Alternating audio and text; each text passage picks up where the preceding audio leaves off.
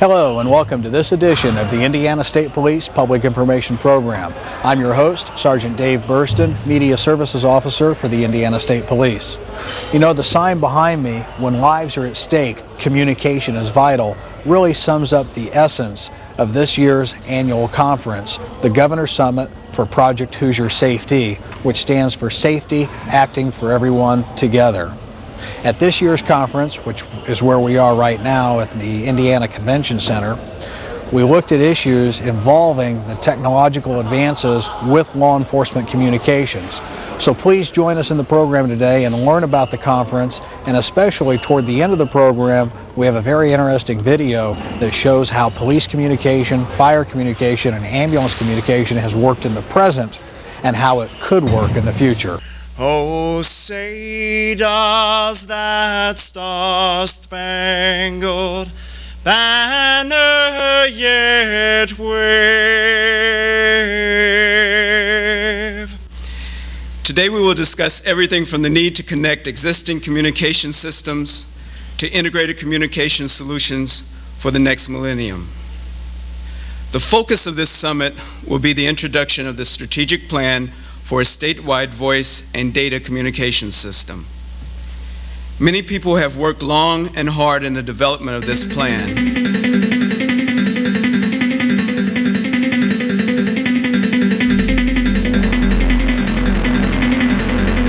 The conference is going to bring together police chiefs, fire chiefs, sheriffs, and directors of emergency management and EMS providers together for one radio system, or a radio system that is integrated and works together.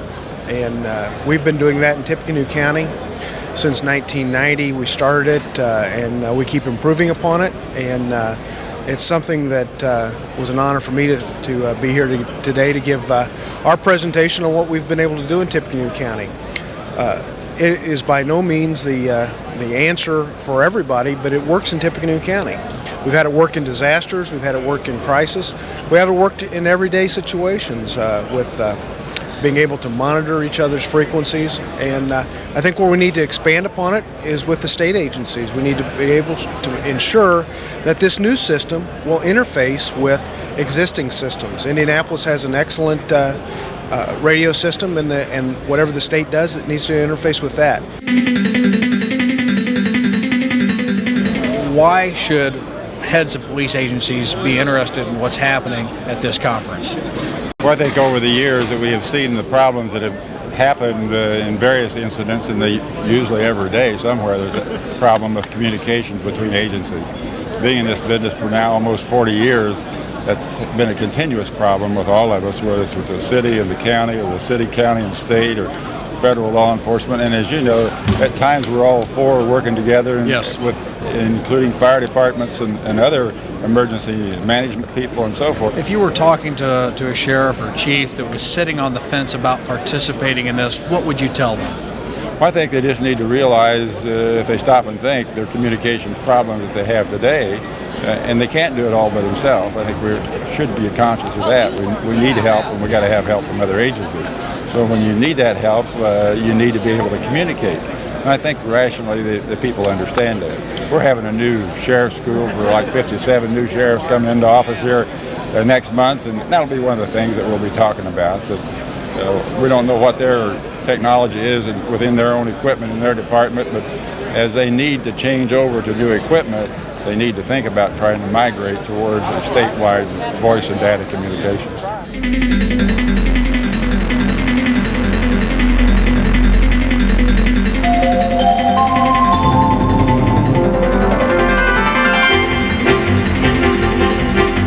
The communication we're talking about is not just voice communication, we're also talking data. How can agencies benefit from that? Well, obviously, to get right to the meat of the matter, it's a more informed officer on the street ultimately, so that as an officer is doing his job and making stops and encountering people with the public, he can do so in a more informed way, I think, is the ultimate reason. If you were to speak with a city official, be they elected, a mayor or a council person, and they were vacillating between participating in something like this, what would you tell them? I would tell them there isn't anything more important they can do than help the public safety officers in the state do their jobs better.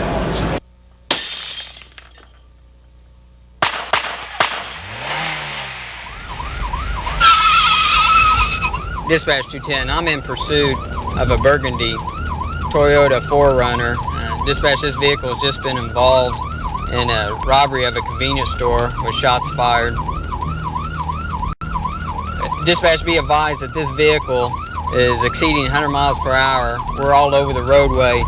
Dispatch, we need to get this vehicle stopped. He's going to cause an accident. Attention all Plainfield units. 210 is advising an armed robbery just occurred with shots fired. Stand by for further information. 210, advise your 1020. Dispatch, we're northbound State Road 75. We're still exceeding 100 miles per hour. We're approaching US 136 and I-74. Attention all Plainfield units. 210 is in pursuit northbound on State Road 75 in excess of 100 miles an hour toward 136 and I-74 in pursuit of a burgundy Toyota sport utility vehicle. Wanted for armed robbery with shots fired just occurred.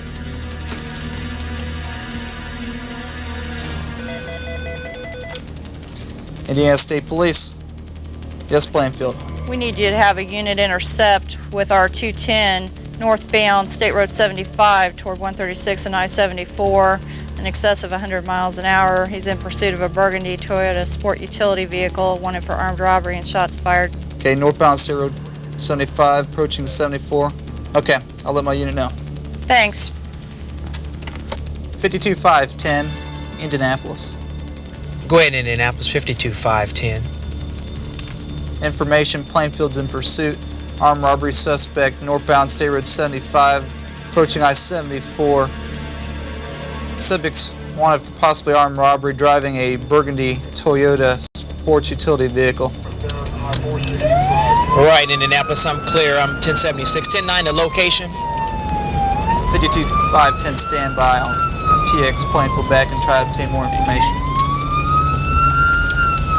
52510, clear. I'm en route. 210 dispatch. 5351 is en route to your 1020. Advise further. Dispatch 210, I'm clear. State Police is en route. We're still northbound State Road 75. Plainfield is State Police. I have a unit en route. Whenever you obtain more information, if you give me a call back. Thank you. Dispatch, be advised, he just turned left. We're now westbound. We're westbound, dispatch. Attention all Plainfield units. 210's now on County Road 500 north from State Road 75. Still in excess of 100 miles an hour. Burgundy Toyota sport utility vehicle. State Police en route.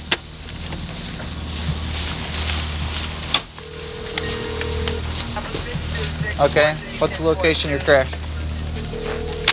465 southbound at the 10-mile markers. Anybody injured? Okay, thank you. Stop 6 deployed. Stop 6 deployed. Stop 6 deployed. Indiana State Police. State, this is Plainfield again. 210's now on County Road 500 north in pursuit of the burgundy Toyota sport utility vehicle. Okay, I'll let my unit know.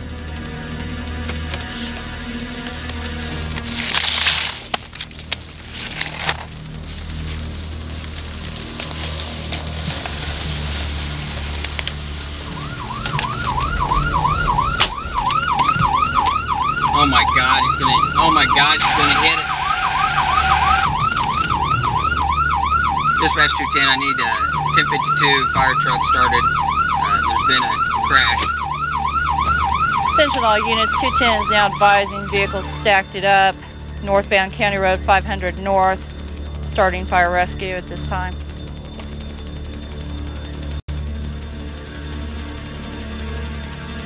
Yes, this is Plainfield Police. We need a fire rescue. An ambulance started for a PI accident, result of a pursuit, County Road 500 north. Thank you.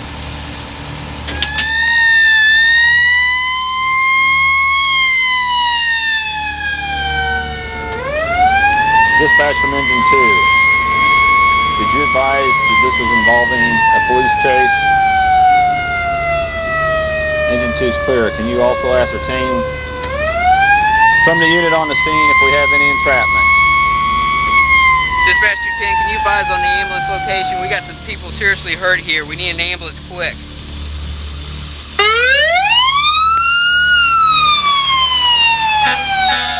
Dispatch from ambulance 1, do you have additional exact location and the nature of injuries of the patients? Can you advise on the ambulance location? These people are seriously hurt, dispatch. Tell them to step it up. I need help. I need help.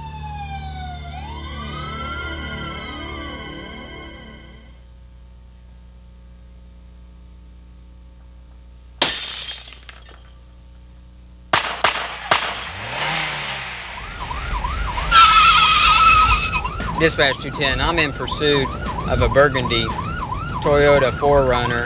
Dispatch, this vehicle has just been involved in a robbery of a convenience store with shots fired. Dispatch, be advised that this vehicle is exceeding 100 miles per hour. We're all over the roadway. Dispatch, we need to get this vehicle stopped. He's going to cause an accident. Clear. Stand by. We'll initiate the integrated response system.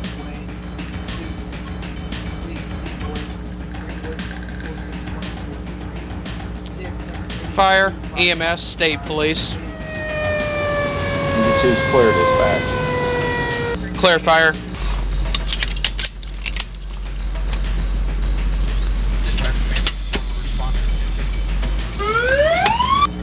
Clear EMS. Clear in Annapolis on pursuit. I'm 1076. Clear State Police.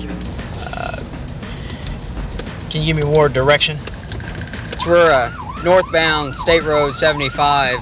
We're still exceeding 100 miles per hour. We're approaching US 136 and I-74. 52510 clear. I'm en route.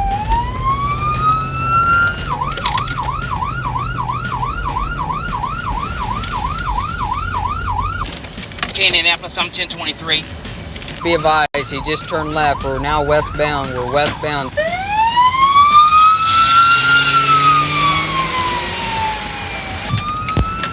Plainfield Unit 210, 52510, clear on your location. I'll be setting out stop sticks here momentarily.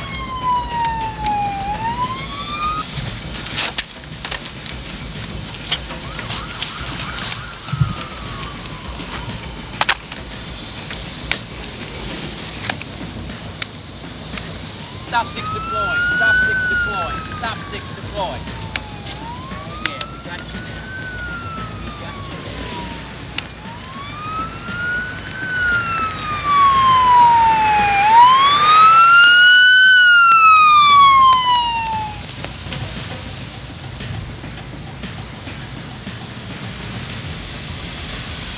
Dispatch 210, be advised, we do have apprehension. We do have apprehension. Advise all other units to slow the run.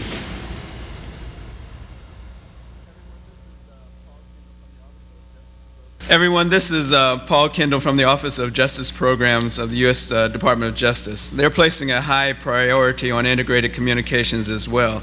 And Paul is with us today through technology, through the use of fiber optic cable from New Orleans to, that's New Orleans, to explain the grant process and a new emphasis from the Office of Justice Program.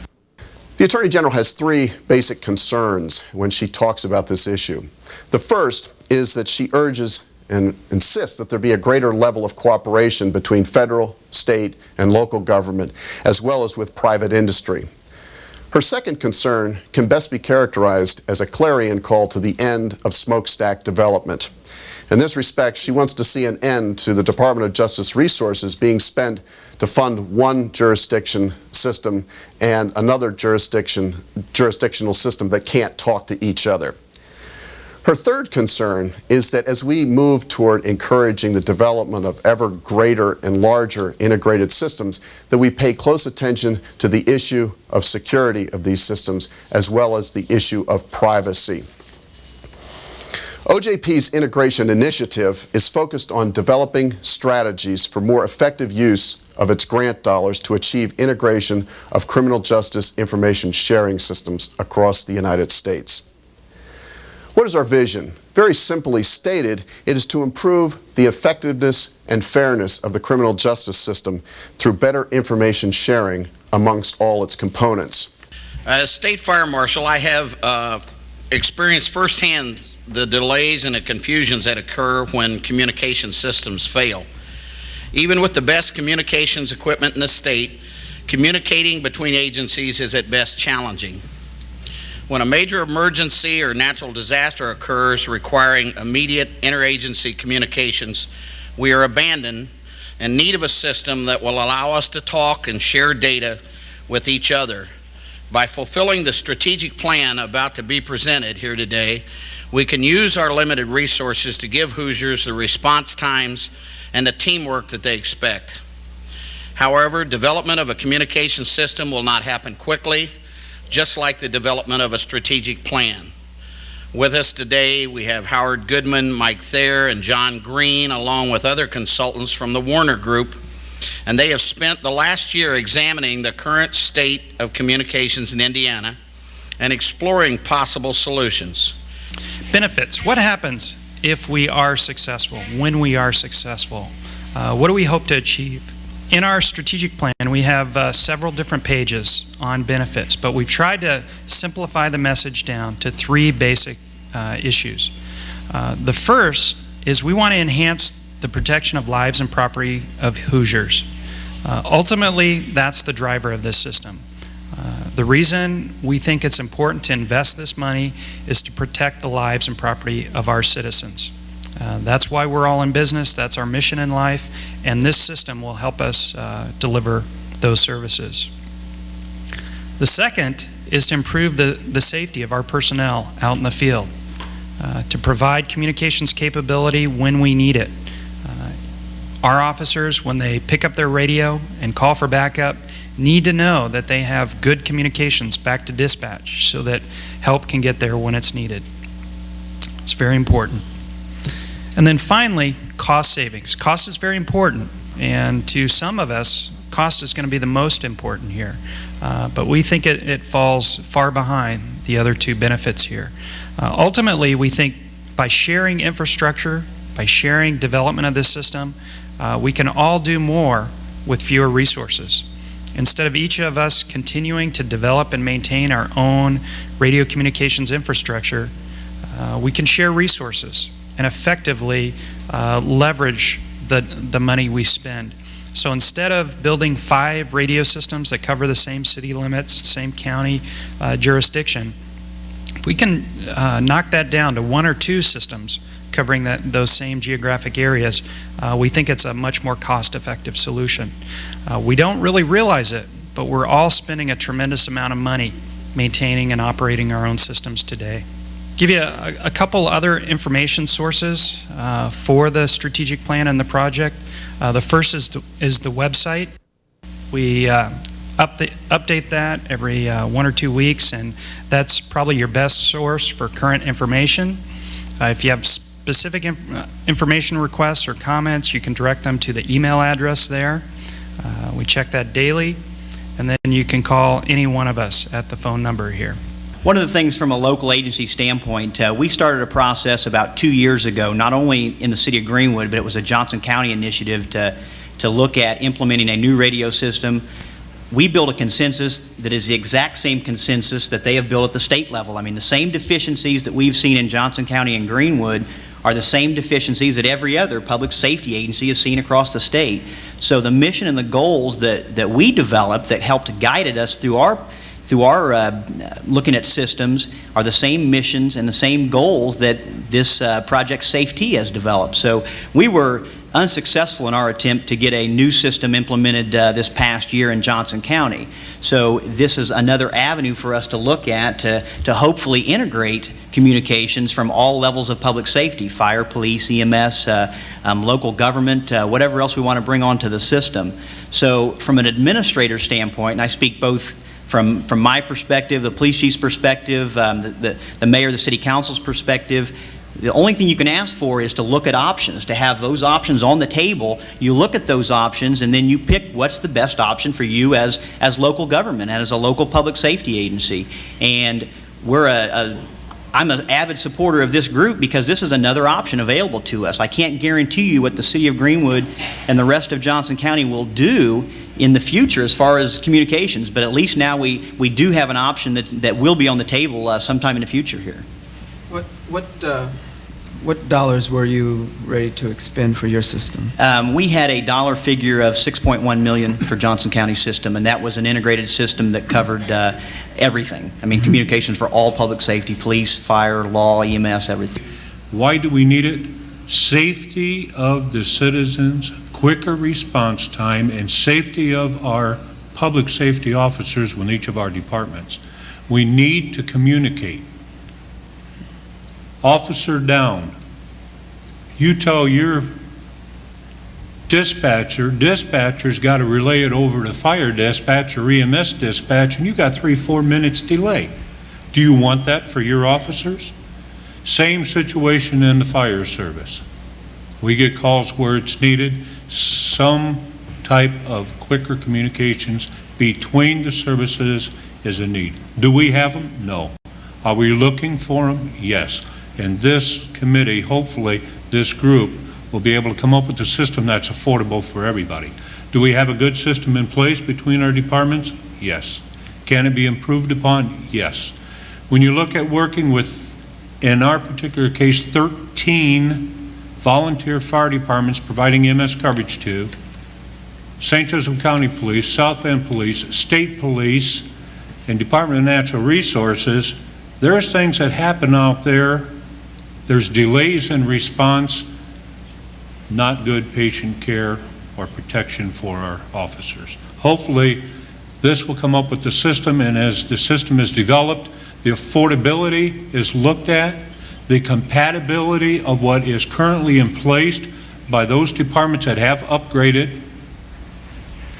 and integrating the use of a current VHF UHS system with an 800 is necessary until everybody can afford to get under one system.